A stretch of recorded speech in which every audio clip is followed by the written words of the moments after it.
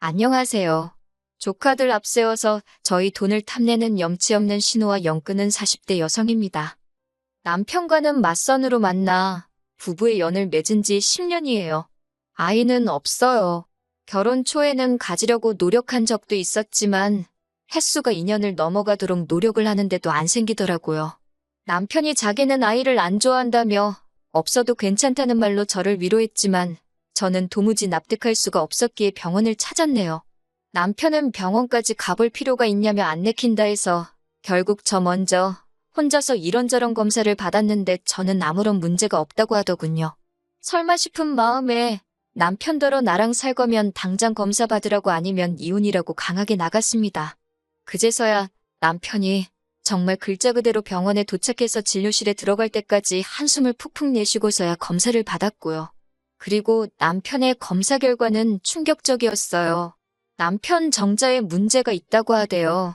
무정자증이라는 게 원인이 여러 가지인데 저희 남편은 말 그대로 공장이 작동을 안 하는 거래나 청천벽력 같은 소식에 정말 다리 힘이 풀린다는 게 이런 건가 싶었습니다. 남편에게 결혼 전부터 알고 있었는데 나를 속인 거냐 단도직입적으로 물으니 그건 아니래요. 절대로 아니라면서 사람들 시선은 신경도 쓰지 않고 저한테 미안하다면서 차가운 병원 바닥에 주저앉아 우는데 제 마음도 찢어질 듯 아프고 어찌할 바를 모르겠더군요. 그래도 결론부터 말씀드리자면 결국엔 남편을 그리고 저희가 처한현 씨를 받아들이기로 했습니다. 언젠가 저 닮은 딸, 남편 닮은 아들 하나씩 낳아서 가정을 꾸리고 싶은 제 꿈은 비록 이루어질 수 없게 되었지만 남편이 저를 사랑하고 제가 남편을 사랑하는 마음은 그대로였으니까요. 이후로 저희는 저희 나름대로 꿈과 목표를 쫓으며 결혼 생활을 이어갔습니다. 결혼 당시 남편이나 저나 직장 생활을 하면서 모아둔 돈이 제법 있었기에 저희 둘의 힘만으로 신혼살림을 시작했어요. 사실 시댁이나 친정이나 자식들한테 손을 벌리진 않으셨지만 그렇다고 니들 써라 하고 목돈 척척 내주실 상황도 아니었거든요. 한편 남편에게는 위로 3살 차이 나는 시누이가 있었는데 시누이는 저희에 비하면 이른 나이에 시집을 갔어요. 시누이 나이 23살에 대학 졸업을 앞두고 아이를 가졌거든요.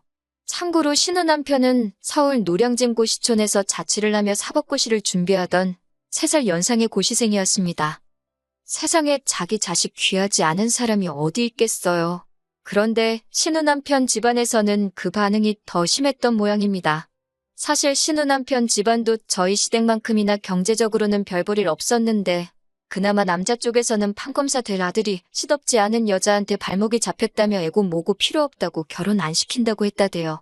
딸 가진 죄인이라고 저희 시부모님 쪽에서는 말도 안 된다. 애는 혼자 만들었냐. 결혼 꼭 시켜야 된다며 버텼고요. 그리고 자식이기는 부모 없다고 결국은 그 심한 반대를 이겨내고 시누와 시누 남편이 부부의 연을 맺게 된 거예요. 그나마 시누 남편 쪽에서 남사스러워서 주변에 말 못한다 해가지고 제대로 식도 못 올리고 살림만 합쳤다가 나이가 10살 남짓 되어서야 웨딩드레스를 입었고요. 그렇게 힘들게 한 결혼인 만큼 잘 살았으면 좋았을 텐데 시누는 결국 졸업을 코앞에 두고 대학을 떠났고 이내 출산을 했습니다. 당시만 해도 산후조리원이 무척 비싸서 저희 시어머니께서 시누를 살피셨고 시누는 몸을 풀기가 무섭게 바로 직장에 취직을 했대요. 이후로 시어머니가 애를 키워주다시피 하셨고 시누는 시누대로 생활비를 벌어 시누 남편의 고시 공부를 뒷바라지했고요. 이건 여담이지만 그런 와중에 금슬은 좋았는지 어느새 애들은 셋으로 늘어났답니다. 여러 가지 의미로 대단하지요. 아무튼 문제는 그럼에도 불구하고 시누 남편이 판검사는 고사하고 1차 시험도 패스를 못했어요. 이 정도 되면 시누 남편 부모님도 좀 기세가 꺾일 만한데 이게 다 자기 아들 발목 잡은 시누 때문이라면서 오히려 시누를 더 잡더라고요. 이야기를 듣고 있으니 같은 여자로서 시누가 참 불쌍하대요. 하지만 같은 여자이자 가족으로서 불쌍한 건 불쌍한 건데 시누가 자기 사는 게 힘든 걸 저희한테 보상을 받으려고 하니 환장할 노릇이었습니다. 저와 남편이 결혼하고 얼마 지나지 않았을 무렵이었습니다. 어머님 말씀이 당신 사위, 그러니까 시누 남편이 고시 공부를 접기로 했다고요. 하지만 그게 다가 아니었고 뜬금없이 서점을 열겠다 하더랍니다. 말이 나와서 말이지만 처음 서점 이야기를 듣고 제가 남편에게 그건 아닌 것 같다고 했어요.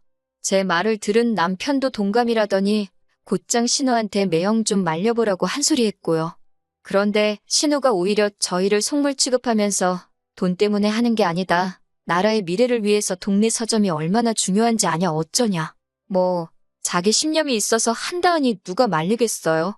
막말로 저희가 돈을 보태줄 것도 아니고 저희도 저희 코가 석자였으니까요. 결국 그래 뭐 알아서 해라 잘해봐라 하고 이후론 저희도 말을 아꼈습니다. 이후로 신우네가 대출을 받아서 기어이 서점을 차리더라고요.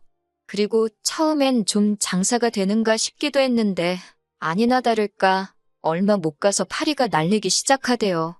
그리고 신우 남편이 지금도 포기를 못하고 있지요. 신우가 못 빠지게 회사에서 돈 벌어오면 그걸로 서점 빵꾸나는 거에 메꾸고 사실 말이 좋아 서점이지 이제 오만 잡동사니를 다 가져다 팔아요. 그나마 지방인이 버티고 있지 서울이었으면 진작에 나가떨어졌을 겁니다.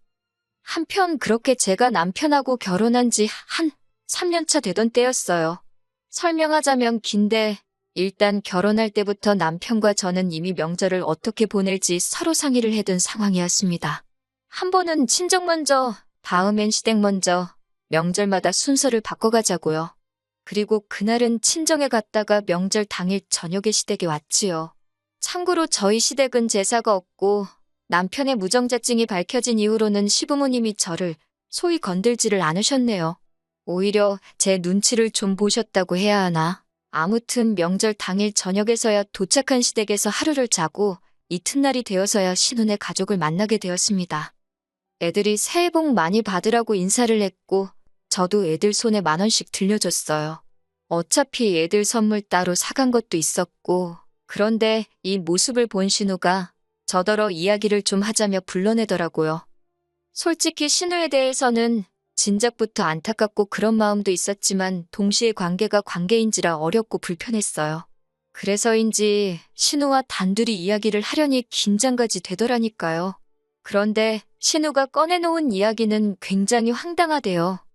저더러 불편해하지 말고 들으라더니 저번에도 자기 애들한테 10,000원 주지 않았냐면서 왜 매번 애들 용돈으로 10,000원을 주냐고 10년 전 이야기임을 감안해도 그 나이대 애들한테 10,000원이 적다고는 생각하지 않았거든요. 그리고 돈을 애한테 10,000원 줬을 뿐이지 매번 옷이며 신발이며 과자며 안 해준 게 없어요. 말이 나와서 말이지만 가족들끼리 모여서 외식을 해도 돈은 항상 저희가 냈고 명절이고 어머님 아버님 생신 때도 저희 부부만 용돈을 챙겨드렸습니다. 하다못해 신우 생일 때도 빠듯하게 사는 게 안쓰러워서 제가 따로 30만 원씩 챙겨줬고요. 그런데 애들 용돈이 적다는 걸로 지적을 받는다는 게 황당하더라고요. 이런 재속을 아는지 모르는지 신우는 계속해서 자기 하고 싶은 말만 이어갔는데 한다는 말이 요새 애들도 돈 좋아하고 5만 원짜리는 더 좋아한대요. 그리고 어차피 애들은 금방 크니까 쓸데없는 물건 사오지 말고 그거 다 현금으로 계산해서 달라나요? 마치 연속으로 뺨이라도 맞은 듯 정신이 하나도 없었습니다. 하지만 신우는 저녁에 잃지 않고 그놈의 기분 나쁘게 듣지 말라는 소리와 함께 자기 동생 그러니까 제 남편이 저랑 결혼하기 전에는 그렇게 조카들한테 각별히 잘했는데 저랑 결혼하고 나니까 딱 바뀌었답니다. 그러면서 덧붙이기를 어머님께 들었는데 저희는 이제 애 키울 일도 없고 따로 돈 들어갈 곳은 없지 않냐 그러는 거예요. 하지만 조카는 셋이나 있으니 얼마나 다행이냐면서 조카들도 자식들이다 생각하고 신경 좀 써달래요. 그러더니 절 보면서 죽으면 그 돈 다 짊어지고 갈 거 아니잖아. 그러는데 진짜 신우만 아니었으면 얼굴에 침이라도 뱉었을 겁니다. 정말이지 지금이야 애 없이 사는데 익숙해지고 묻어내졌지만 그때는 정말 신우가 하는 말 한마디 한마디가 제 심장을 후벼 파는 것 같았어요. 결국 집에 오는 길에 차 안에서 펑펑 울었습니다. 남편더러 해주고도 욕먹는 것도 억울하지 않냐. 그리고 뻔히 당신 때문에 애 못 갖는 거 알면서 어떻게 나한테 그런 소리를 하느냐고. 그리고 무엇보다 당신은 그런 신우한테 나한테 그런 말 하지 말라 소리도 못하는 천치냐고. 남편한테 그렇게 큰 소리를 낸 건 그때가 처음이었지요. 조금 과장해서 남편이 무정자증임을 알았을 때보다 더 어이없고 더 화가 났다니까요. 남편도 남편대로 자기 누나인 신우한테 꽤나 열이 받았던 모양이 돼요. 결국 남편과 신우가 크게 다투었고 이후로 남편은 시조카들을 만나게 되더라도 이따금씩 5만 원 안쪽으로 용돈을 주는데 그쳤고 선물을 해준다던가 밥값을 내준다던가 소위 호구짓은 안 하더라고요. 그리고 그렇게 몇 년을 살다가 얼마 전 신우와 다시 부딪히게 되었습니다. 참고로 신우는 여전히 사는 게 그저 그래요. 신우에게 전화가 왔는데 하는 말이 큰애가 이번에 수도권에 있는 대학에 합격을 했다고요. 뭐 달리 해줄 말이 뭐가 있겠어요? 어쨌든 힘든 시절 다 보내고 이제 대학생이 된다 하니 기특했고 외숙모로서 축하한다고 했지요. 그러자 신우가 이번에도 맨입으로 그러는 거예요. 황당했지만 속으로 한 50만 원 정도 주면 되나 그러고 생각하는데 신우가 덧붙이기를 그동안 조카들 용돈도 거의 안 줬으니 돈 많이 모았지 않냐고 그래요. 그러면서 이번에는 용돈 한번 크게 준다 생각하고 대학교 입학금하고 첫 학기 등록금을 해달랍니다. 자기가 대충 계산해봤는데 대략 500만 원이면 될 것 같다고요. 어이가 없어서 제가 그걸 왜 해주냐고 그게 첫 대답이었습니다. 그랬더니 신우가 아니 그럼 뭐 또 몇만 원 주고 땡치려고 했냐고 빈정거리는 거예요. 제가 10,000원을 주건 100만 원을 줬건 그건 주는 제 마음 아니냐 했습니다. 막말로 조카들이래봤자 명절날 보면 고개나 까딱하고 그나마도 못 보는 해에는 외삼촌인 저희 남편이나 외숙모인 저한테 명절 잘 보내시라고 인사도 하나 없는데 무슨 정이 얼마나 있다고 그 큰돈을 턱하니 내놓고 싶겠어요. 500만 원이면 제 한 달 월급도 넘는걸요. 저는 신우한테 그만한 돈 없다고 미안하지만 그렇게는 못 해줄 것 같다고 솔직하게 이야기했습니다. 그랬더니 신우가 누가 제가 벌어온 돈으로 달라고 했냐고 자기 동생이 벌어온 돈으로 달라는 거라나요. 그래서 그럼 남편하고 이야기해보시던지요. 그러고는 제가 먼저 할 일이 많다고 다음에 이야기하자 하고 전화를 끊었습니다. 퇴근한 남편에게 신우에게 이러한 전화가 왔었다며 이야기를 전했어요. 남편 얼굴이 울그락불그락해지더니 미친 거 아니냐고 저에게 묻대요. 제가 난들 아냐고 아무튼 당신이 신우랑 잘 이야기해보라 했습니다. 500만 원이 네 집 개 이름도 아니고 그리고 그 밑으로 딸린 애가 둘이나 더 있는데 이번 한 번으로 끝날 게 아니었으니 더 속이 터졌던 것 같아요. 남편이 생각하고 말 것도 없다며 바로 제 앞에서 신우에게 전화를 걸었습니다. 스피커폰으로 통화를 하는데 남편이 등록금이 말이 되냐면서 신우더러 왜 이렇게 뻔뻔하냐고 뭐라 하더라고요. 그러자 신우가 한다는 말이 너네는 직장 다니면서 결혼했으니 나처럼 어렵게 시작한 것도 아니지 않냐. 그리고 둘이서 그렇게 돈 벌어서 다 어디다 쓰려고 그러냐. 만난 거 먹고 좋은 거 두르고 사는 건 사치지만 조카의 앞날에 투자해주는 것은 인정이고 도리이지 않냐고 따지대요. 남편이 그런 신우더러 번지르르하게 말은 잘한다면서 인정이고 도리고 그것도 내가 내켜야 하는 거라고. 그리고 나는 돈 어디서 거저 벌었냐고. 나도 개같이 직장 생활에 가며 번 피 같은 돈이라고 악을 쓰대요. 그러더니 신우더러 헛소리 짓거릴 거면 2번 다시는 연락하지 말라고 쏘아붙이고는 전화를 끊었습니다. 솔직히 이 정도 했으면 신우도 알아듣고 그만했어야 하잖아요. 그런데 바로 이튿날 이른 아침 남편이고 저고 출근 준비로 바쁜데 어머님한테 전화가 왔어요. 어머님이라고 핸드폰에 뜨는 순간 어제 일 때문이라는 건 직감적으로 알아챘지요. 어머님께서 하시는 말씀이 얼마나 힘들면 저러겠냐고. 그러면서 남편더러 형제라곤 너네 둘 서로밖에 없는데 돈 몇 푼에 이렇게 의가 상해야 되겠냐면서 얼마라도 좀 해주라고 하셨습니다. 어머님도 한 200만 원 해주기로 하셨다면서. 그러자 남편이 어머님더러 어머니도 이런 말씀 하실 거면 전화하지 말라고 하대요. 그러면서 신우도 웃긴다고 능력이 안 되면 낯을 말지 뭐 한다고 셋이나 줄줄이 나와서는 여기저기 용돈을 구걸하고 다니냐. 그리고 어차피 우리는 애도 못 낳으니까 있는 돈 나눠 쓰잔 식으로 말했던 거 잊지 않고 있다며 어머님이 무슨 죄라고 거기다 대고 화를 내더라고요. 사실 저도 대놓고 용돈 달라고 한 거보다 어차피 너희는 애도 없지 않냐면서 어쩌고저쩌한 그 소리가 마음에 한으로 맺혔어요. 그래서 이후로는 내 재산이 지들 재산인 줄 아나보지 싶어서 더 꽁꽁 감추고 안 쓰고 싶더라고요. 결국 어머님께서는 남편하고 저에게 너희가 그렇게 마음 상해 있는 줄은 미처 몰랐다며 미안하다 하셨습니다. 내키지 않으면 어쩌겠냐고 도와주지 말라시대요.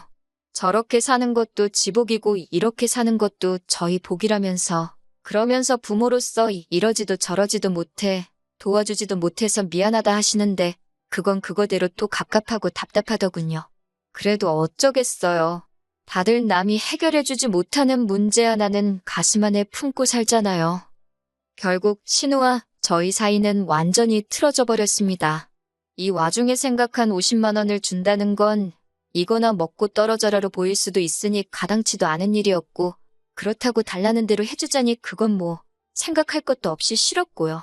그렇다고 신우가 자기가 저희에게 실수했다고 생각하는 것 같지도 않고, 어떻게 사이를 풀어보려고 노력하는 자체가 의미가 없었어요. 남편은 이렇게 살다가 기회가 되면 다시 보고 사는 거고, 아니면 마는 거라며 저더러 너무 심각하게 생각하지 말라대요. 솔직히 마음이 편하지는 않지요. 하루는 그까짓 500만 원 없어도 사는데 그 돈이 뭐라고 남매 사이가 저렇게 틀어졌나, 내 잘못인가 싶어서 그냥 줘버릴까 그런 생각도 들다가, 또 하루는 우리가 그 500만 원을 어떻게 모았는데, 그리고 지가 우리한테 돈 맡겨놨나, 너무 괘씸하다 싶고, 그래도 나서진 않으려고요. 남편이 어련히 알아서 잘 해주리라 믿으렵니다.